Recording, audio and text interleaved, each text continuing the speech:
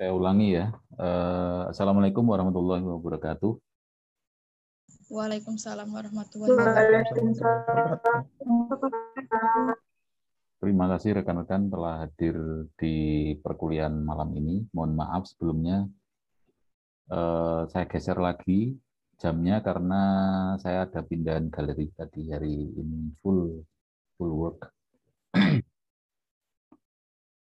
Untuk materi malam ini saya balik ya dengan tanggal 1 kalau tanggal 2 kalau nggak salah. Mestinya malam ini presentasi proposal, tapi saya geser, saya balik menjadi sponsorship ya. Kita membahas tentang sponsorship lebih detail gitu. Ini akan saya tunjukkan contohnya. Contoh sponsorship. Sudah bisa dilihat? Sudah, Pak. Oke.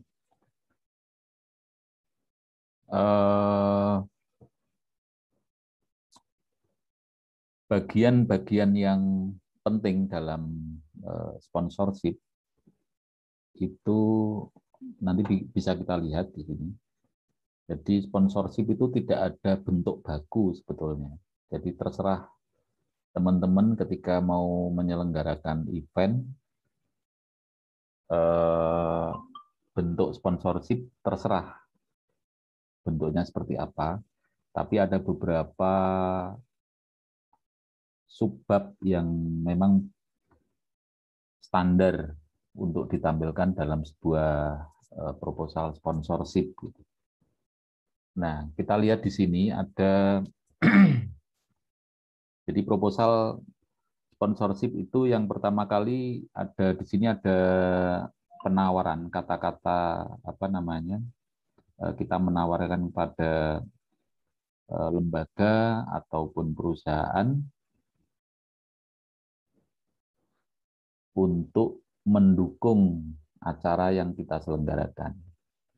Nah, di sini kata-katanya panitia membuka ruang kerjasama sponsorship kepada perusahaan, lembaga, ataupun personal untuk mempromosikan produk atau jasanya dalam event ini dengan ketentuan sebagai berikut. Nah, itu di bawahnya beberapa paket lah istilahnya. Gitu. Nah, pihak sponsor biasanya tidak terlalu melihat ini sebetulnya. Di kata-kata awal itu to the point, intinya bahwa kita menawarkan membuka ruang kerjasama. Gitu. Nah, atau mungkin kata-kata ruang bisa diganti dengan peluang. Itu pemilihan diksinya lebih menarik gitu. Artinya bahwa pihak sponsor, kita ditawari peluang nih kan gitu. Tidak hanya pihak organizer untuk menawarkan kepada pihak sponsor dengan menawarkan begitu saja, tapi pemilihan kata-katanya juga mengandung kata yang lebih menarik gitu. Seperti dalam presentasi untuk prospektus investasi itu kata-kata yang dipakai biasanya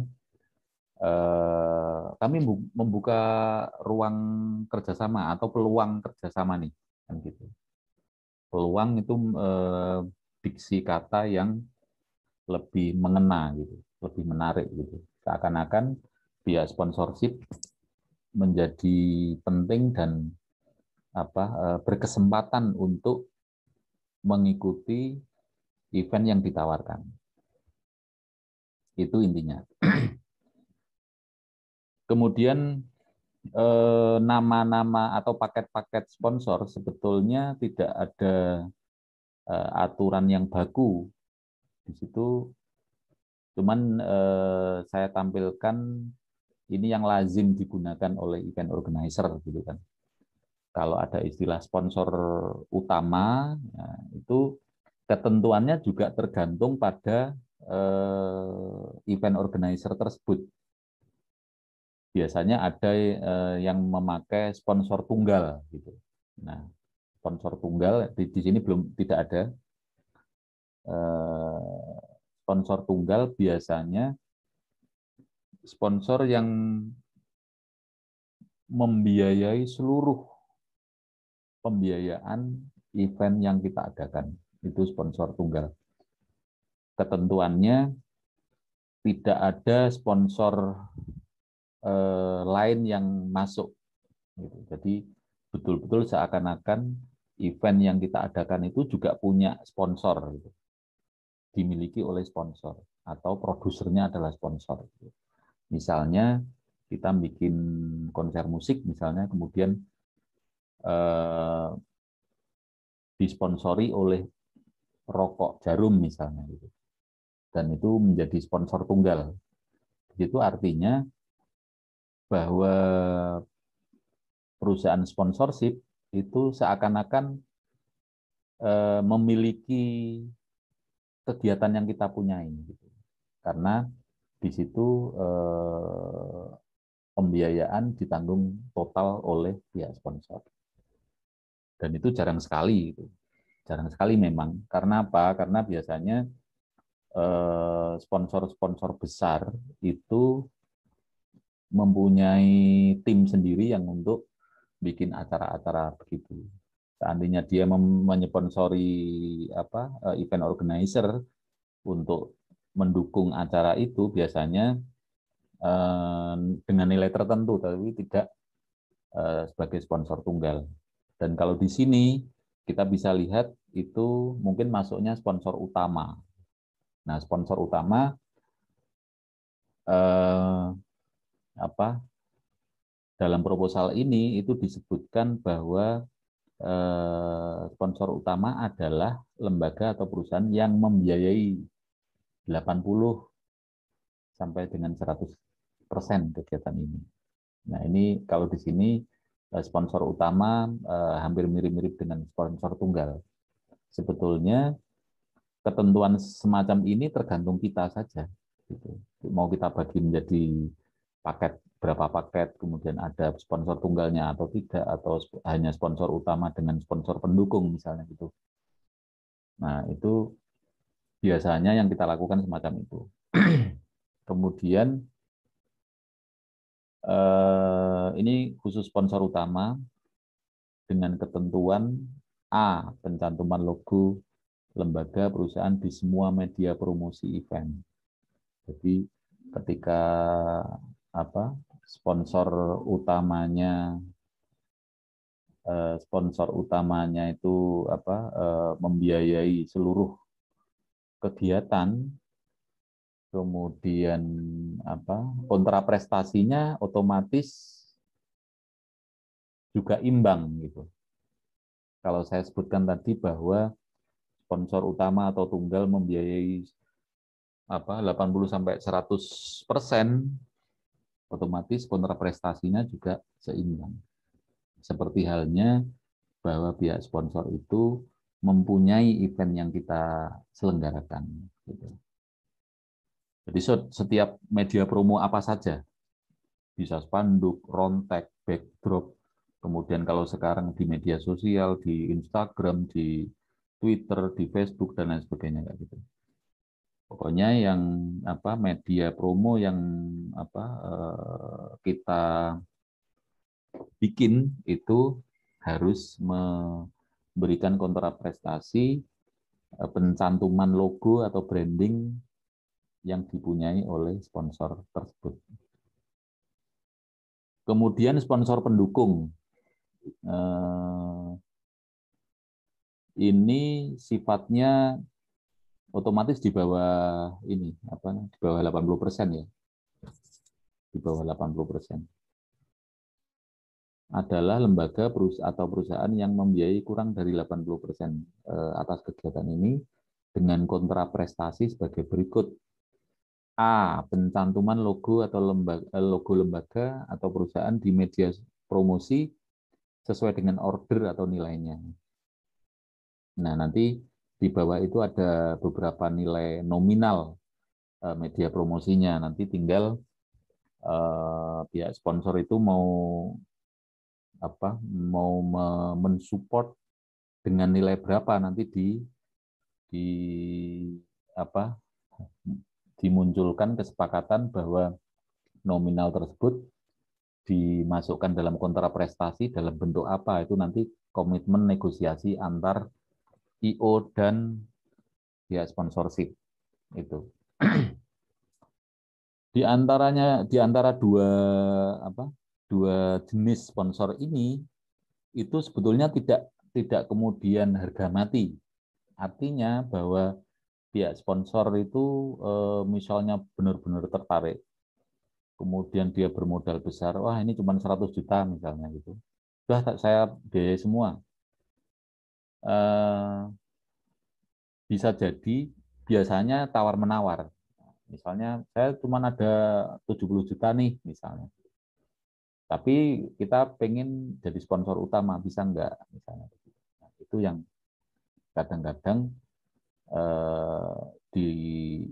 dijadikan sebuah negosiasi antara event organizer dengan pihak sponsorship. Gitu. Demikian juga sponsor pendukung. Sponsor pendukung itu ya seperti dulu saya ceritakan bahwa kadang-kadang pihak sponsor, saya cuma punyanya ini, saya cuma minta kontrak prestasi pencantuman logo saya di media ini misalnya gitu.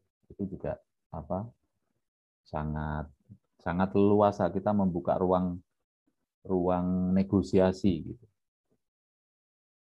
Biasanya memang tidak terlalu kaku. Atau kadang-kadang barter gitu. Barter bisa jadi misalnya produk makanan gitu, produk makanan teh sosro misalnya gitu. Teh sosro saya nggak punya fresh money, tapi saya akan memberikan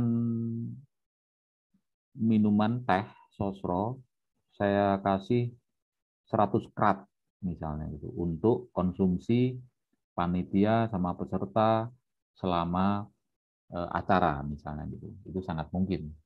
Tapi meskipun dengan bentuk barang kan kita bisa menghitung nilainya berapa gitu. Kemudian di-matchkan dengan kontrak prestasi yang akan kita berikan. Itu tentang dua jenis sponsor. Nah, adapun yang sponsor tunggal jarang sekali gitu, tapi minimal kita mengerti bahwa ada sponsor tunggal, ada sponsor utama, ada sponsor pendukung. Nah, kemudian di bawahnya itu media promosi, media promo yang mau kita lakukan di apa di dalam event kita. Itu medianya ada spanduk. Kalau sekarang mungkin udah agak jarang ya spanduk, tapi saya yakin masih ada spanduk yang di perempatan-perempatan itu, di tempat-tempat strategis gitu. Ukurannya sudah umum gitu, 6 meter kali 0,9 meter itu umumnya segitu, atau mungkin 6 meter kali 1 meter. Kemudian bahannya, kalau sekarang bahan cetak itu biasa, bahan yang digital printing. Nah, harganya di sini disebutkan 500.000 per piece, termasuk teks. Dulu pernah saya terangkan bahwa itu biasanya kita mengurus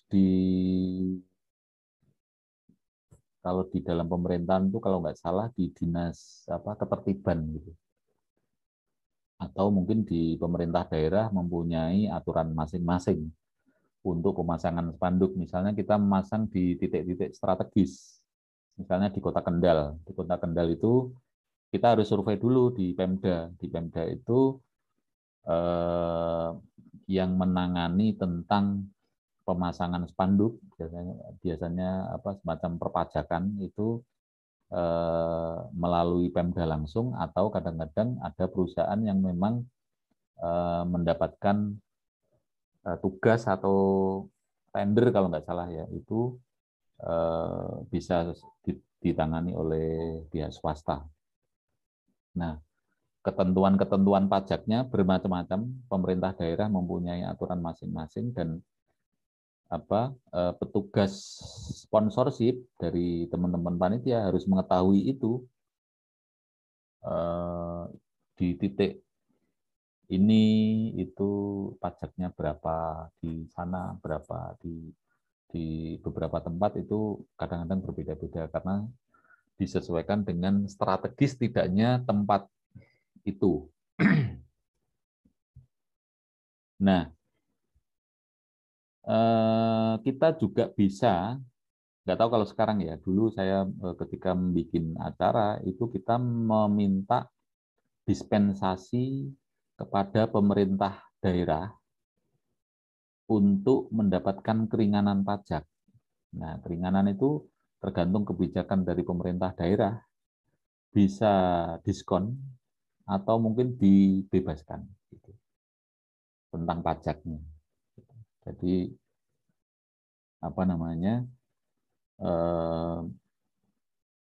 kita menerapkan prinsip bagaimana mengeluarkan dana sekecil-kecilnya untuk membiayai ini, sehingga pajak pun juga kalau bisa kita tawarkan gitu. Dan itu memang kebijakan dari pemerintah, dia berhak untuk memberikan diskon atau dispensasi pada pemasang spanduk kan gitu.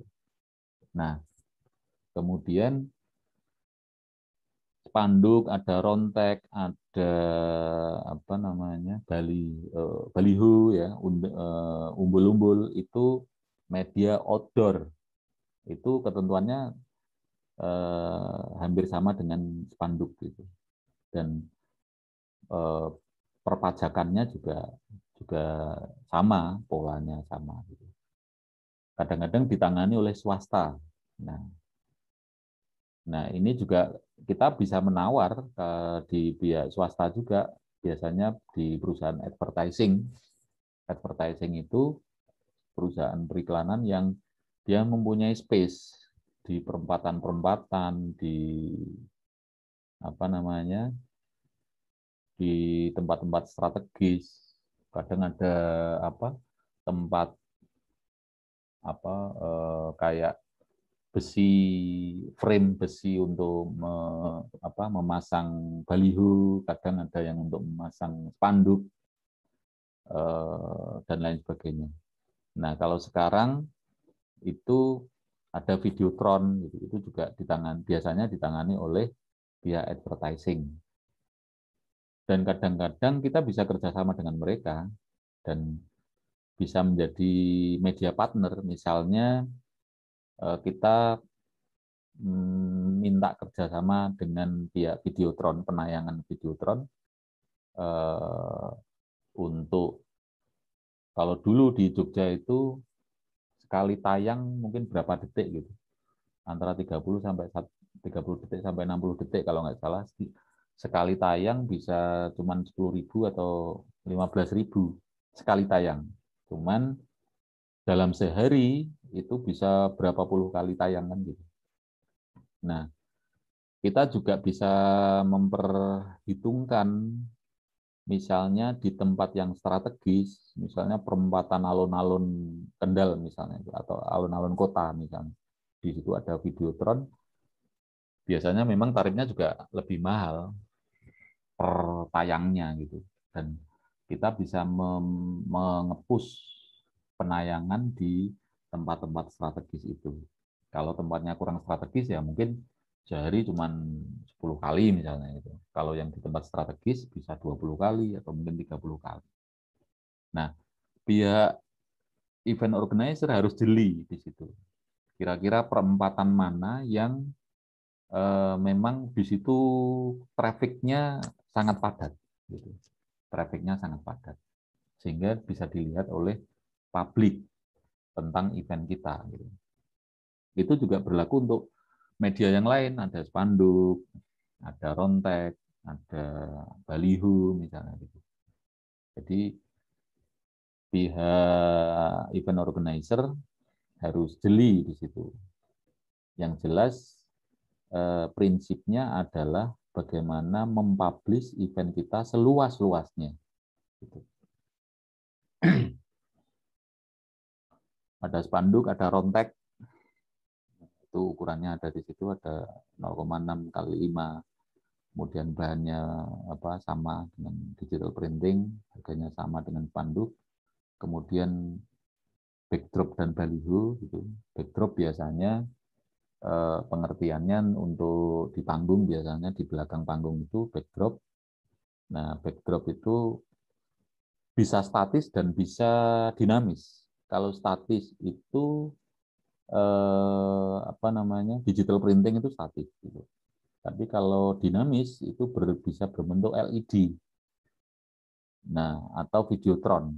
Kalau videotron itu terlalu terang gitu. Kalau biasanya LED yang untuk di panggung. Gitu. Saya dulu pernah bikin acara konser musik yang pakai LED gitu. Cuman memang harus diantisipasi dengan lighting dari depan panggung yang kuat.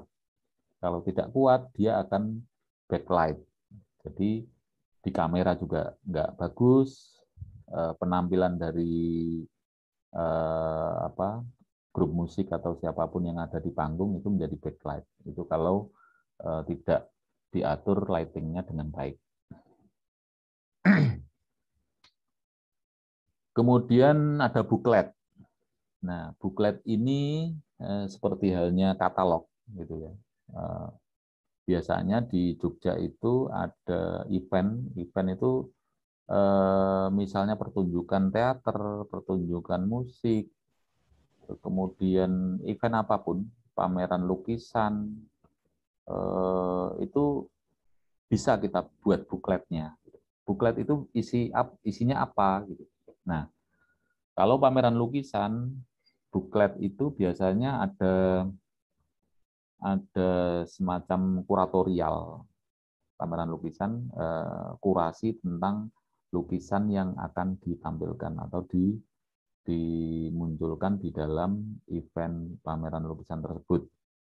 Kemudian ada sambutan mungkin dari siapa yang berkompeten terhadap pameran lukisan itu, bisa pejabat mungkin atau menteri, atau mungkin bupati atau gubernur, itu terserah dari event organizer-nya. Kalau memang mempunyai link ke sana dan itu menjadi satu daya tarik, itu nggak masalah. Gitu.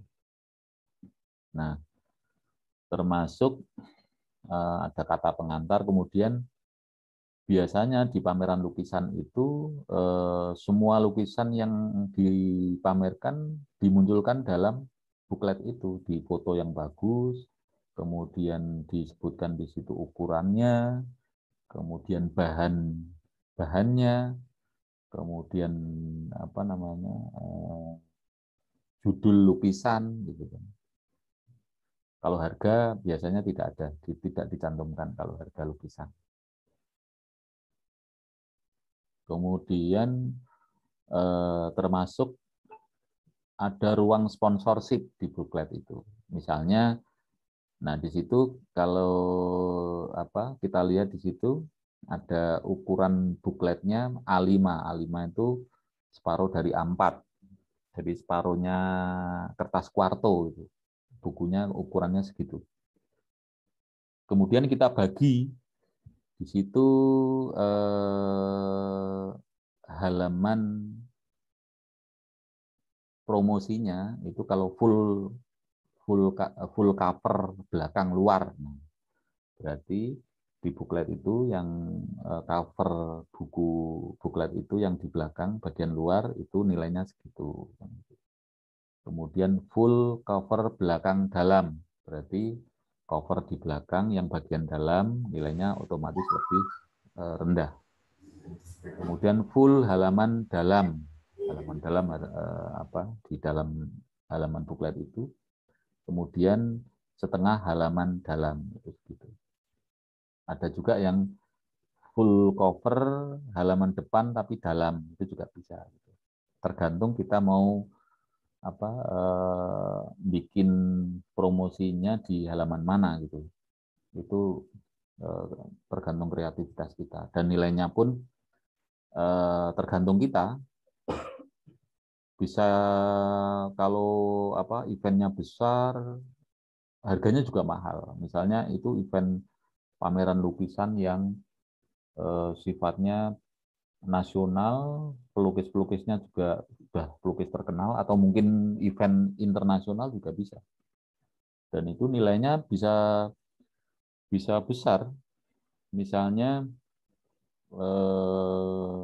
masang iklan di halaman luar belakang itu bisa 30 juta misalnya, atau 20 juta, tergantung kita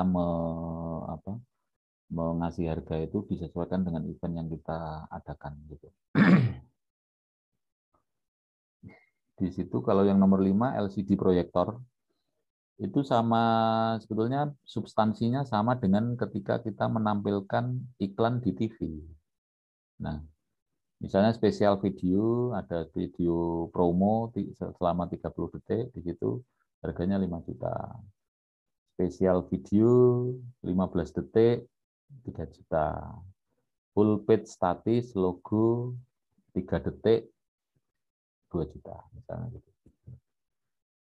Nah, untuk spesifikasinya tergantung kita mau seperti apa gitu. Harganya pun juga bebas gitu. Cuman kita juga bisa mengira-ira gitu. Mengkira-kira harganya sekian itu masuk enggak kan gitu.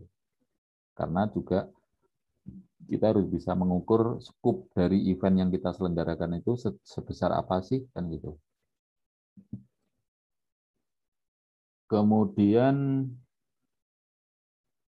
ini yang penting untuk LCD proyektor ya, termasuk ini juga bisa kita terapkan di event kita.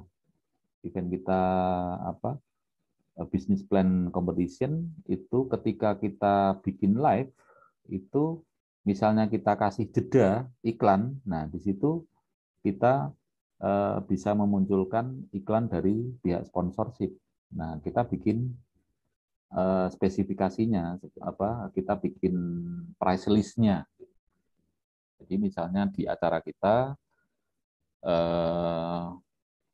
ada jeda selama 1 menit itu harganya sekian, mungkin 1,5 menit sekian gitu. Asal jangan lama-lama karena akan menjemukan, akan bikin penonton juga jenuh gitu, bisa lari dari layar kita kan gitu. Sama aturannya dengan periklanan di televisi gitu. Nah, baru-baru ini saya juga diminta oleh alumni Undip untuk mengarrange acara halal bihalal lulusan Undip di besok tanggal 5. Jadi itu juga dibikin sekreatif mungkin gitu. Jadi meskipun melalui Zoom. Jadi seperti orang melihat TV, nanti ada